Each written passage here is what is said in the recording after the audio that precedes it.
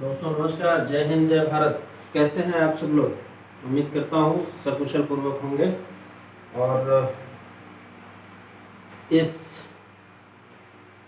समय में, ऐसे समय में जब हम लोग एकांतवास, एक तरह से एकांतवास में हैं, ऐसे में हमें अपने अध्ययन के प्रति और भी सजग हो जाने की आवश्यकता है और इसको और ध्यानपूर्वक मन लगाकर पढ़ाई करें, जिससे कि आने वाले समय में आप लोगों को सफलता निश्चित मिले और आपकी सफलता आप खुद सुनिश्चित कर सके, इतना मेहनत लगा करके पढ़ें।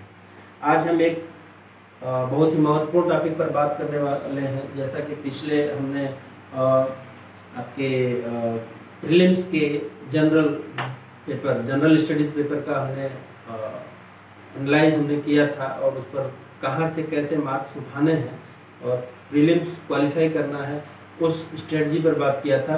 आज हम उसी की कड़ी में बहुत ही मोस्ट इम्पॉर्टेंट टॉपिक पर बात करने वाले हैं, जिसका नाम है सीसेट, और जो कि इस पेपर के बिना क्वालिफाई किए, एक तरह से ये कहेंगे कि ये जैसे कोई किसी छत पर अगर चढ़ना है तो सीढ़ी पर शटर लगा के उसमें ताला बंद हो, तो ये सीसेट का पेपर वही रोल प्ले करता है, क्योंकि जब तक हम उस चैनल का ताला नहीं खोलेंगे तब तक हम उस सीढ़ी पर नहीं चढ़ पाएंगे। कहने का मतलब है कि जब आप इसको क्वालिफाई करेंगे, क्वालिफाइंग नेचर का ये पेपर होता है, जब इसको आप क्वालिफाई करेंगे तभी आप अगले स्टेप पर बढ़ पाएंगे। तो हम अपने टॉपिक की तरफ बढ़ें, इसके पहले एक हमारा रिक्वेस्ट होगा कि अगर आप लोगों को हमारी ये जानकारी, हमारे द्वारा प्रदान की गई ये जानकारी अगर कुछ महत्वपूर्ण लगती है या जानकारी देती है या आपको जगाने के काम में आती है, जगाने का कार्य करती है, तो एक लाइक तो बनता है। साथ में इसको सब्सक्राइब करें। सब्सक्राइब करने के लिए उसके नीचे, इस वीडियो के नीचे लाल रंग का सब्सक्राइब लिखा होगा, उसको जरूर दबाएं। साथ में बेल भी दबा दें, जिससे कि जो भी आने वाली वीडियोस हैं हमारी, उसके नोटिफिकेशन आप लोगों को मिलते रहेंगे। साथ में हमारे चैनल में एक टीचर और भी जुड़ चुके हैं, शुभम पाठक जी, जो मैथ का क्लास आप लोगों को ले रहे हैं। साथ में वो एकेडमिक क्लासेस 11-12 और हाई स्कूल की क्लासेस भी पढ़ा रहे हैं। तो मैथ आप वहाँ से भी पढ़ सकते हैं, बाकी चीज़ें और यहाँ से पढ़ाई जाएंगी। तो आइए हम लोग अपने टॉपिक की तरफ चलते हैं। जैसा कि हमने आपको बताया था, ये हमारा सीसेट का पेपर है।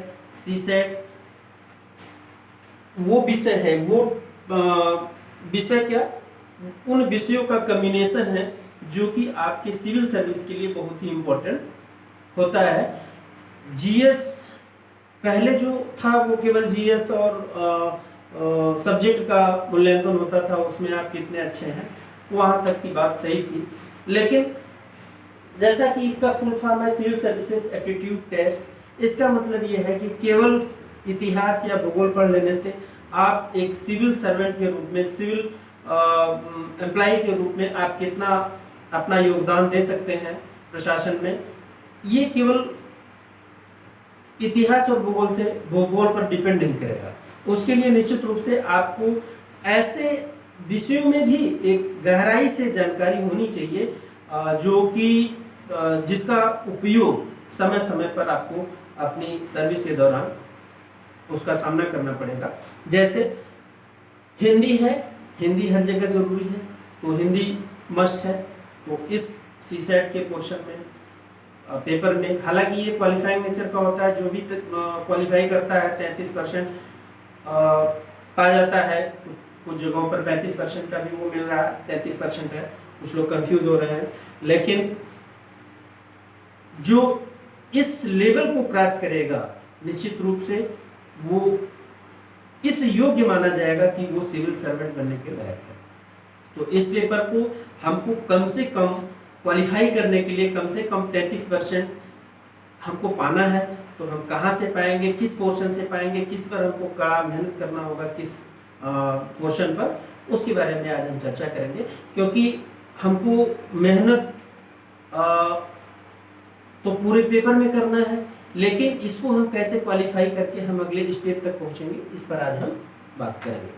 तो सबसे पहले ये पेपर हमारे पास है 2020 का ही, 2020 के सीसेट का पेपर है, इसको हमने एनालाइज कर लिया है और उसका हमने एक पूरा, तो जैसा कि हमने अभी डिस्कस किया, अभी हम ये टेबल तैयार कर लिए हैं, हमारा कहाँ से कितना प्रश्न आना है इस पर हम अब चर्चा करने जा रहे हैं। सबसे पहले हमारा हिंदी पेपर होता है जो कि बहुत ज़रूरी है हमारे किसी भी प्रशासनिक कार्य के लिए। जैसा कि हमने बताया civil services aptitude test CSAT का फुल फॉर्म होता है, तो सिविल सर्विसेज एप्टीट्यूड टेस्ट हमको किन किन परिस्थितियों से गुजरना है उसको ध्यान में रख करके ये पेपर, इस पेपर की आवश्यकता महसूस की गई और संघ सेवा आयोग के द्वारा संघ लोक सेवा आयोग के द्वारा भी और उत्तर प्रदेश लोक सेवा आयोग के द्वारा भी इस परीक्षा को शामिल किया गया। इसमें इंग्लिश की भी जरूरत पड़ती है, प्रशासनिक कार्यों के दौरान हिंदी की भी आवश्यकता पड़ती है, मैथ की, रीजनिंग की, सारा कम्युनिकेशन स्किल की भी। इस पर हम चर्चा करते हैं। तो सबसे पहले हिंदी, उसमें व्याकरण 15 नंबर का आता है और अपठित गद्यांश, ये एक 5-6 लाइन का गद्यांश होगा, उसको पढ़ के इसके उत्तर देने होंगे। ये भी 5 प्रश्न इसके 5 नंबर का ये होगा। उसके बाद अंग्रेजी की भी आवश्यकता सेम वैसे ही सामान्य स्तर का, ये हाई स्कूल स्तर के लगभग होते हैं, हिंदी भी, अंग्रेजी भी, गणित भी, जिसमें केवल आपकी संबंधित विषय के, हिंदी या अंग्रेजी विषय के की जानकारी आपको कहाँ तक है, आप प्रशासनिक ड्यूटी के दौरान क्या आप इन सब विषयों को सामान्य ढंग से समझ सकते हैं कि नहीं, इसके बारे में। तो अंग्रेजी भी है 15 नंबर का, जिसमें 10 नंबर का ग्रामर, 5 नंबर का आपका अनसीन पैसेज। गणित में 4 क्वेश्चन, 4 मेनली 4 खंड है, उसमें जैसे रेखा गणित और आकृति से संबंधित 3 प्रश्न था, बीज गणित से संबंधित 3 प्रश्न, अंकगणित से संबंधित 8 प्रश्न, सांख्यिकी और प्रायिकता से संबंधित 5, 8 13, 13 3 16 3 19, 3 3 6, 8 से 14 5 19 प्रश्न, 19। तो ये 19 प्रश्न इससे रहेंगे मैथ से संबंधित। तो कोई जरूरी नहीं है कि मैथ अगर आप एकदम कमजोर हैं तो आप बाकी फेल हो गए, ऐसा नहीं है। 20 प्रश्न उसमें से 19 नहीं, हम 20 प्रश्न मान ले रहे हैं कि 20 प्रश्न निकाल दीजिए, तब भी आपके पास 80 प्रश्न बचते हैं। और लेकिन ये है कि आप फार्म भर के सीधे आप वहाँ पहुँचिए कि हमने तो यूपीपीएससी का फार्म भरा है और पीसीएस का एग्जाम मैं देने जा रहा हूँ, वहाँ पहुँचिए, ऐसे नहीं होगा। आपको पहले से तैयारी करनी पड़ेगी, हमको किस पोर्शन से कितना कितना हमको करना होगा। पहले एक राउंड में हमको उन्हीं के हिसाब से हमको ये दिमाग में बैठा के रखना है कि हमको हिंदी पहले हिंदी करना है। अब हिंदी का हमने देख लिया कि हिंदी का पोर्शन जो है पहले कर डाला, इंग्लिश कमजोर है, छोड़ देते हैं, बाद में करेंगे। गणित भी कमजोर है, उसको भी छोड़ दीजिए। रीजनिंग आपका बढ़िया है, रीजनिंग कर डालिए। अब संप्रेषण छोड़ दीजिए, देख लीजिए अब इसमें कितना आपने कर लिया। अगर आपने पूरा कर लिया तो 20 नंबर और 23 नंबर 43 नंबर तो आपने ऐसे ही कर लिया। फिर इसमें से एक बात दूसरे राउंड में आइए कि हमको कौन कौन सा इजीली आ जा रहा है, इजीली या थोड़ा सा प्रयास। इजीली वाला तो पहले ही राउंड में कर दीजिए, उन्हीं सेम सब्जेक्टों के साथ, जैसे आपने हिंदी किया उसके साथ रीजनिंग किया, उसी दौरान ही उन प्रश्नों को जो आसान लगता है उसको निपटाते जाइए। उसके बाद जो सेकेंड राउंड में वो प्रश्न करिए जिसमें थोड़ा सा एक बार 2 सेकंड 4 सेकंड 5 सेकंड एक बार दिमाग लगाने से वो प्रश्न आ जाएंगे, बस बहुत इजी है क्वालिफाई करना। तो हिंदी हो गया, अंग्रेजी हो गया। गणित के जो ये आपके 19 प्रश्न है, इसमें देखिए अंग्रेजी में कितने प्रश्न है, 15 प्रश्न, हिंदी में 20 प्रश्न। अब आइए रीजनिंग में 23 प्रश्न है। रीजनिंग बहुत ही इंपॉर्टेंट वो है, आसान होता है, थोड़ा सा दिमाग लगाने की जरूरत है। अगर आप थोड़ा सा दिमाग लगा लेंगे तो ज्यादा से ज्यादा प्रश्न इसमें आप कवर कर सकते हैं, क्योंकि रीजनिंग में वही है उनके मामा तो उनके मामा की लड़की तो उनका लड़का ऐसे है, माता के पिता, पिता के दादा, दादा के, ये सब एक तो इस टाइप का प्रश्न होगा, या एक पंक्ति में बैठने वाला प्रश्न होगा, या आपके इस तरह के और भी तरीके के प्रश्न हैं, वो मैं डिटेल में आपको डिस्कस करूंगा।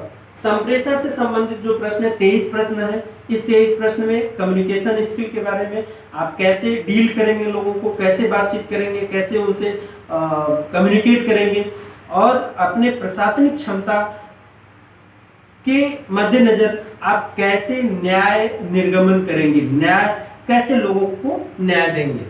तो इन से संबंधित आपका ये सी सेट की स्ट्रेटजी होनी चाहिए। इसमें कौन कौन सा आपका इम्पोर्टेंट वो है उसको देख लीजिए। जैसे रीजनिंग, मेरे हिसाब से रीजनिंग, मैथ और हिंदी, अगर बहुत सिंपलीस्ट उसमें देख लीजिए। मैथ अगर कर सकते हैं तो, अगर नहीं कर सकते हैं तो मैथ की जगह फिर आपको कम्युनिकेशन स्किल करना पड़ेगा। मैथ और कम्युनिकेशन स्किल में से दो मेन तो अंग्रेजी और मैथ होगा, इन दोनों में से एक करना पड़ेगा। और इन दोनों के, अगर इन दोनों में से एक कर ले रहे हैं तो दूसरा जो बचा हुआ है उसकी जगह पर आप कम्युनिकेशन स्किल ले सकते हैं, उस पर थोड़ा सा ज्यादा फोकस कर सकते हैं। इस तरह से आपका उस सीढ़ी, यूपीपीएससी की सीढ़ी का पहला जो ताला है, क्योंकि इस परीक्षा को बिना पास किए आप अगली स्टेप पर नहीं जा सकते हैं, तो उसके लिए ये स्ट्रेटजी थी।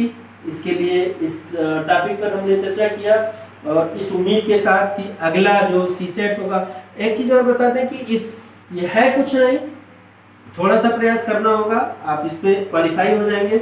लेकिन फिर भी लोग बिना प्लानिंग किए जो लोग परीक्षा हाल में पहुंच जाते हैं वो इसी में रुक जाते हैं, क्योंकि इसमें इंग्लिश है, हिंदी है, रीजनिंग, ये तीन तो बहुत इंपॉर्टेंट जो रोकने वाले, पैर फंसाने वाले हैं। आपका अंग्रेजी, दूसरा गणित, और तीसरा रीजनिंग। तो इन तीनों टॉपिकों को थोड़ा सा आप फोकस करिए, और इन तीनों टॉपिक पर अगर आपने कमांड कर लिया तो सीसेट आपका कोई रोक नहीं सकता। ये भी बता दूं कि मुश्किल से 20 से 25% के आसपास टोटल जो परीक्षार्थी होते हैं, 6-7 लाख लोग बैठते हैं, इसमें से 25% से नीचे ही सी सेट क्वालिफाई करने वालों की संख्या होती है। तो मैं इस शुभकामना के साथ कि आप आने वाली जो परीक्षा होगी उसमें उस 25% में पहली पावदान पर पहुंचने वाले लोगों में शामिल होंगे, इसी शुभकामना के साथ अगली वीडियो के इंतजार में आप रहेंगे। इस उम्मीद के साथ, आप लोगों की भविष्य की उज्जवल कामना के साथ, धन्यवाद। जय हिंद, जय भारत।